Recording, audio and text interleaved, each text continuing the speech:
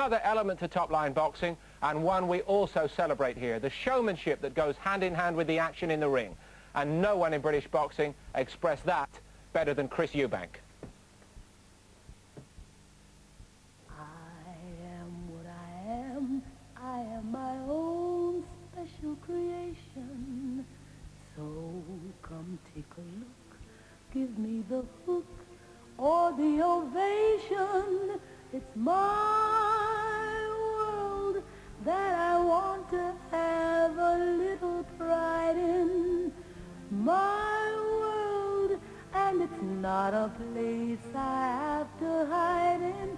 Life's not worth a damn till you can say I am what I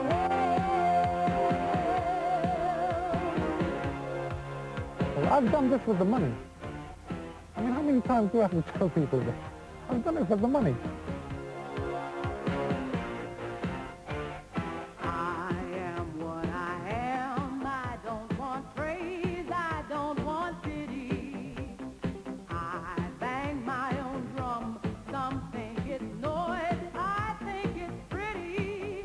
And so what if I love each sparkle and each bangle? Why not try to see things from a different angle? Your life is a sham till you can shout out, I am what I am.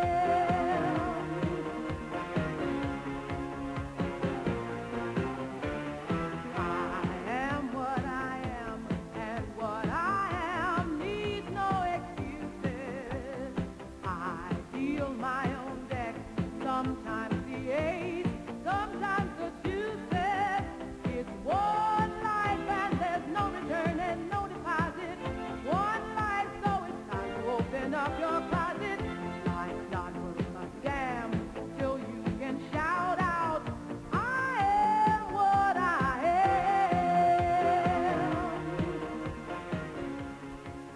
Well, he was always happiest when his name was up in lights, Glenn, whether it was in the ring or outside it. But how good a fighter was he?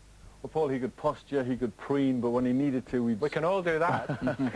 when he needed to, he would spit out defiance, and he could really fight. When he was pushed hardest, that's when you got the very best of Chris Eubank. As one fighter to another, do you have respect for what he achieved in the ring? Oh, tremendous respect, tremendous respect. Just to spit out defiance that he did in hostile crowds like Germany and all over the world. You know, he'd just spit out defiance, and then he'd go and he'd fight, and it was tremendous. You really had to have some bottle to He do that. defied the doubters plenty of times, Barry, didn't he?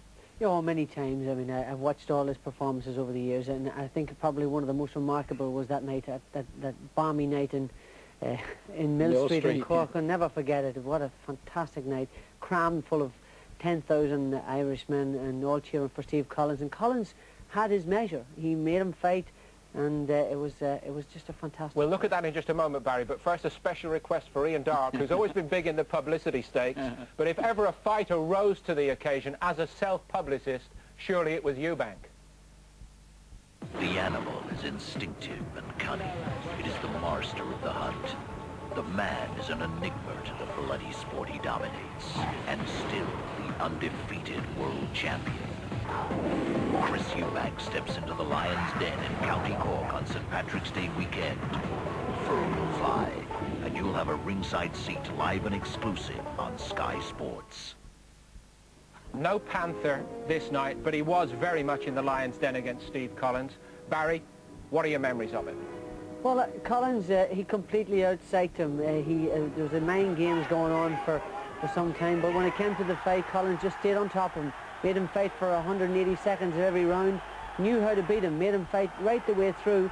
Eubanks fought very gallantly, and at times came back, and it looked in the 10th round like he'd had him out. He dropped him with that great right hand, and you know, Collins was able to soak it up and come back. Ian, as so often with the big fights, there's so much going on outside the ring even before we start on the night, and you were privy to some of the manoeuvrings before the first bell. Explain more, please. Well, at the weigh-in, on the eve of that fight, Steve Collins had got it in his mind he was going to mess up Chris Eubank's mind, and he pulled me to one side after the weigh-in and said, "Tell Eubank that I've got a hypnotist. I'm going to see 3 times the size of the target. The punches aren't going to hurt me." They did a radio interview with him saying this as well. Right after that, Eubank got to hear it, pulled out the fight. said, I don't want to fight a guy like this who's hypnotized, because he remembered what had happened, of course, against Michael Watson, and he was fearful, quite rightly. And I do think Collins just got to him psychologically that night. We can respect him as a fighter clearly because of his achievements, but he was in love with himself, wasn't he? Oh, he's absolutely amazing character. He still is. He used to call Ronnie Davis, his trainer, Porter. Porter, bring me my bag. And another occasion, I remember a television station, not this one, I hasten to add, brought up this beat-up old car to pick him up, to take him to a studio. And he took one look at it and said to the man, please bring me a car more befitting of my status as the world super middleweight champion. And they did too. When all of that was put aside, just going back to your appreciation of him as a fighting man, what other fights truly stand out in Eubank's career for you, Glenn? Well, some of the fights where you saw so much of him were his losing fights. And the Joe Calzaghe fight, where he got off the floor in the first round and comes storming back. When he stepped up in weight to fight Carl Thompson, which was amazing, fighting somebody so much heavier, so much bigger, and yet putting up tremendous battle. You know, he wasn't just all an on-top fighter. He was somebody that could really suck it up. Lots to come here.